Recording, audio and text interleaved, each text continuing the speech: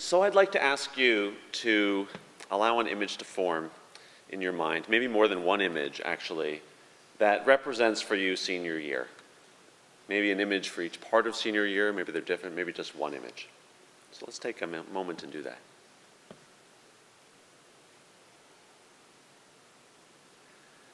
So I did this exercise in preparation for this talk, and I came up with the following images, and it's kind of a chronology of senior year. To me, senior year starts like this. It's a big mad dash, there's lots of enthusiasm, there's water frothing everywhere, but then it quickly becomes this, which is a bit of a crawl, an arduous crawl. There's a finish line in sight, but you're not quite there yet, and there's still a lot to do to get through to that. Then there's a big moment that kind of defines senior year, after which everything pivots, and senior year gets a little bit more like this. Then, of course, we have commencement, and then goodbyes and farewells. And that kind of marks senior year. And the question I have today is, that seems a little bit broken when it feels like this, but it should feel more like this, because after all, what is commencement except for commencing something? But it doesn't feel like right now with senior year we're preparing for commencing, but rather working towards some arduous finish line covered in mud and trying to stay under barbed wire. So why is this the case? And if you've worked with me at all, it won't surprise you that I looked to structural elements first. Why is senior year contained within the box of high school and not as much of a bridge to college as it could be? And well, one reason is we can look at our course offerings and we can say, well, what does this typical 6th grade schedule look like at the beginning of our school? It has these 7 courses that are defined by our 7 subject areas. Well, what does the typical senior program look like? It has 7 courses defined by 7 subject areas. Now let's look at space. So here's a shot of a 6th grade classroom, and we have about a U shape, and there's an activity happening. It could actually be a very interactive activity. It happens to have a lot of screens, and we jump to one of our English courses with juniors and seniors, and it looks pretty much the same. I'm not saying this is the only thing happening, but if you walk around on any given day and you pop your head into a lot of classrooms, you see a lot of the same kinds of structures with 6th graders and seniors. Let's take a look at the schedule. So most of us are familiar with this schedule that has 45-minute periods and 65-minute periods. And what does a senior schedule look like? Almost the same. We're working within the same kinds of containers of time and space. Is that what college looks like? Well, here's a typical college schedule, kind of a generic one, but it's pretty representative of the kind of schedule that students have when they go to college. No longer are students in classes continuously from 8 until 2:50. Instead, having a class meeting is the exception rather than the norm, and there are these vast amounts of unscheduled time where students are busy organizing themselves and deciding what they're going to do with that time. And space. Space could look like this, or it could be a 3-hour lab in a lab facility, or it could be a seminar discussion with a professor. That professor might be famous and really well established, might be a little intimidating. So we think that space also looks quite different at the college level. Then there's the task of choosing a major. There's choice here, and I'll get to that in a minute, but there is choice when you get to college, and you have to select one of these. So I decided to fit all of the undergrad major options at UW on one slide for you. I had to make the font a little bit small, but I'm sure you can see that. So how are we preparing students to find their way through this and decide which of these things they should be devoting a whole lot of their time and attention to? As part of our strategic planning process, we asked college professors and deans what kinds of innovative work they were doing, as well as what kinds of qualities and traits they were looking for in incoming students. And they said, well, academic preparation is the baseline.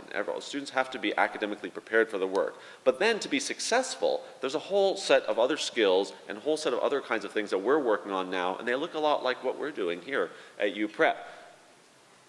The Associate Director of International Programs and lead of the honors program at UW said interdisciplinary learning is exploding. They're creating lots and lots of new interdisciplinary learning opportunities there. Glenn Ellis, professor of engineering at Smith College, said, "We need more active learning to develop students who take chances and aren't afraid to make mistakes." Are we preparing students for that as well as we could? George Shuffleton at Carleton College said that they were focusing on creating more high-impact teaching practices. That is, practices that include ill-structured problems, teamwork, public presentations, and civic engagement. So when we think about the UPrep mission of intellectual courage, social responsibility, and global citizenship, I'd like to argue that preparing students to do those has changed. As our world has changed, as colleges have changed, as the demands of living in modern society have changed. And yet, we have some great stories of students who are finding spaces and small cracks in our program to be able to do exactly that kind of innovative, ill-structured, open-ended kinds of work. First of all, we have our elective program. We offer 100 electives in our upper school program if you include Global Online Academy. And I've made the font a little bit smaller so that you can read those. It is possible, even though there are obstacles to it, to create a program in the senior year that focuses on areas of interest and passion and involves individualized study and research. And here is the program of one of our seniors who has taken 2 English electives on different topics, a Global Online Academy course, and an independent study, despite the constraints in our program. A number of students, a small number of students, go on a semester away.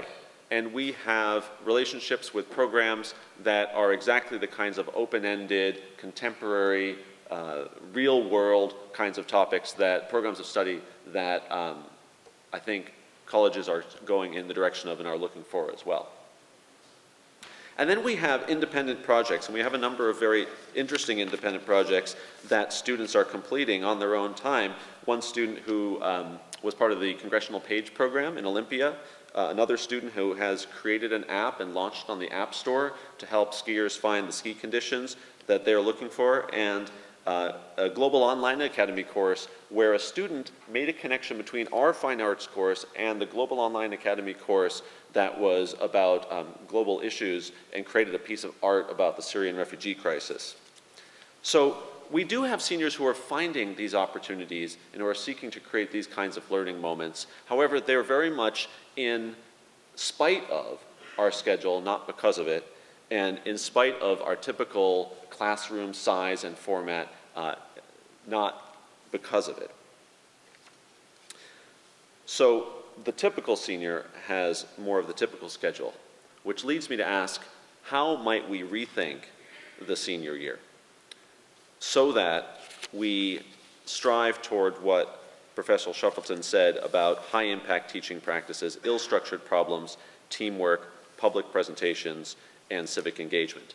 You may know that we've been engaged in the strategic planning process for a year now, and that involved input from students, from faculty, it involved research, it involved a number of focus groups, including parents, it involved reading literature and going to conferences, and it's just year one of what is a multi-year process. Some themes emerged in this, and I think that the language that we've begun to use to describe what these deans and professors are saying is called student agency. And it's when students have the choice, but also a measure of control to be able to design their learning experiences, not just choose from a number of opportunities. Jobs for the Future is a national nonprofit organization formed to support the idea of educational opportunity for all. And they recently released a report that talked about redesigning the senior year and said, the 12th grade seems like a ripe, if not overdue, time for young people to make inroads into life after graduation and tap into their future interests. They defined 3 areas that make up college preparation. They defined college preparation as made up of these 3 areas. So yes, academic preparedness is still one of those 3. And check the box for UPrep, we're doing a great job with that. But what about academic tenacity? And what about knowledge of college, how to navigate college and make the most of it? What kinds of experiences could we create that would allow opportunities to learn in those areas? You may have heard of the concept of grit that's been popularized first by Angela Duckworth. Well, one thing that's sometimes forgotten about grit is that it's not just perseverance, but it's perseverance and passion.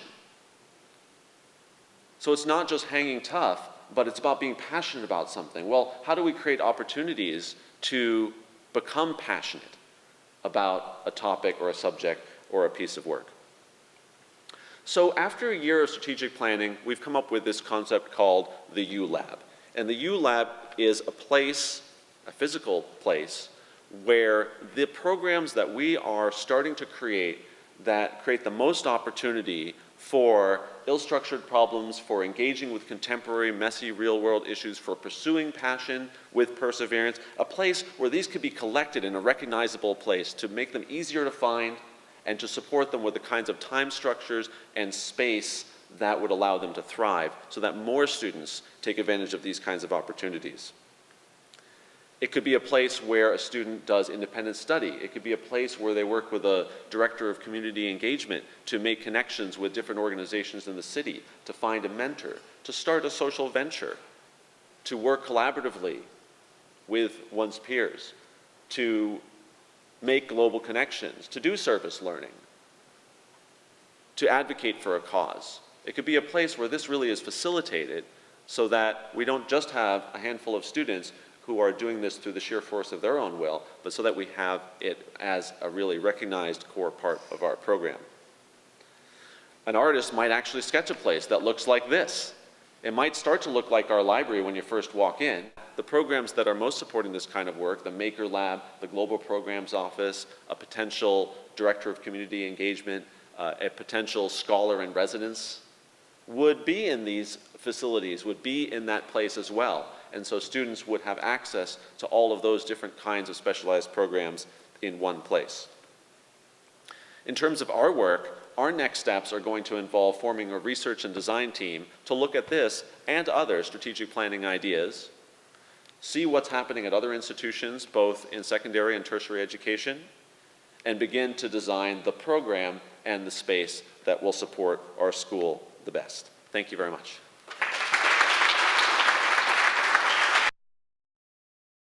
Yeah, the great part about strategic planning is that it looks both at short-term and long-term goals. So I think in the short term, we have to work within the containers that are available to us. But one of the things I would interrogate is there a conflict between disciplinary-based learning and, say, interdisciplinary learning? And I would argue that the disciplinary learning is more powerful when it's embedded in interdisciplinary work. That is, you get a better understanding of how one discipline thinks of and makes meaning of the world when you're working with more than one discipline at a time. And I think that sometimes if you work just in a single discipline, then it becomes part of sort of the background. It becomes implied rather than really uncovered. Now, in terms of perhaps the other part of your question, I think that colleges, and often when I speak with Mr. Harrington, he speaks to this, they're looking for passion too. Yes, they want a baseline of academic proficiency, and they want to know, what have you done that's special? What have you done that has really gotten you fired up? What have you done where you've accomplished something over a long period of time? And I think that we could create a program and a space to help students find that rather than sending them off to do it on the side. Just curious, in the meantime, my daughter's a sophomore, and so we haven't really gotten to the point where we're starting to schedule with more flexibility, you know, with these lovely English classes that you guys have. So I'm just curious, when we're just going to get ready to schedule for junior year, is there somebody that's going to help counsel, to help, like this great schedule that you showed of that senior, to say, hey, let's think outside of the box about this independent study, or, oh, this is your passion? Is somebody asking those questions to try to get that out of somebody, or? Well, you know, in my experience, students lead the way on stuff like that, and they ask us, hey, can we take 2 English classes in the same semester, for example, which is a new thing.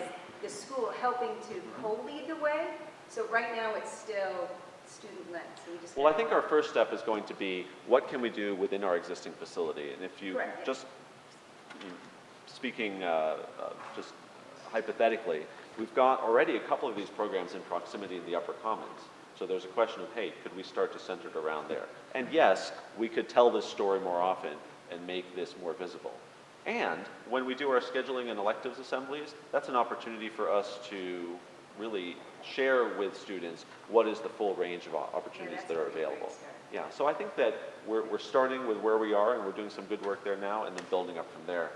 We've made some changes in recent years that are opening up more choice to juniors. So for example, our English program, which used to be a choice of 2 courses in junior year and then a single course for senior year, is now 10 electives for juniors and seniors. And history is starting to move in that direction as well when it comes to reconceptualizing the topics in U.S. history class as multiple special focus options. So we're institutionalizing some of those changes, and you're right, we can tell the story to students that they still have opportunities to customize within their existing program. And I don't want to also sell short the degree of choice that's available within classes. I think as our students get older, our teachers provide more opportunities for self-directed work and for choices within existing classes. Thanks again.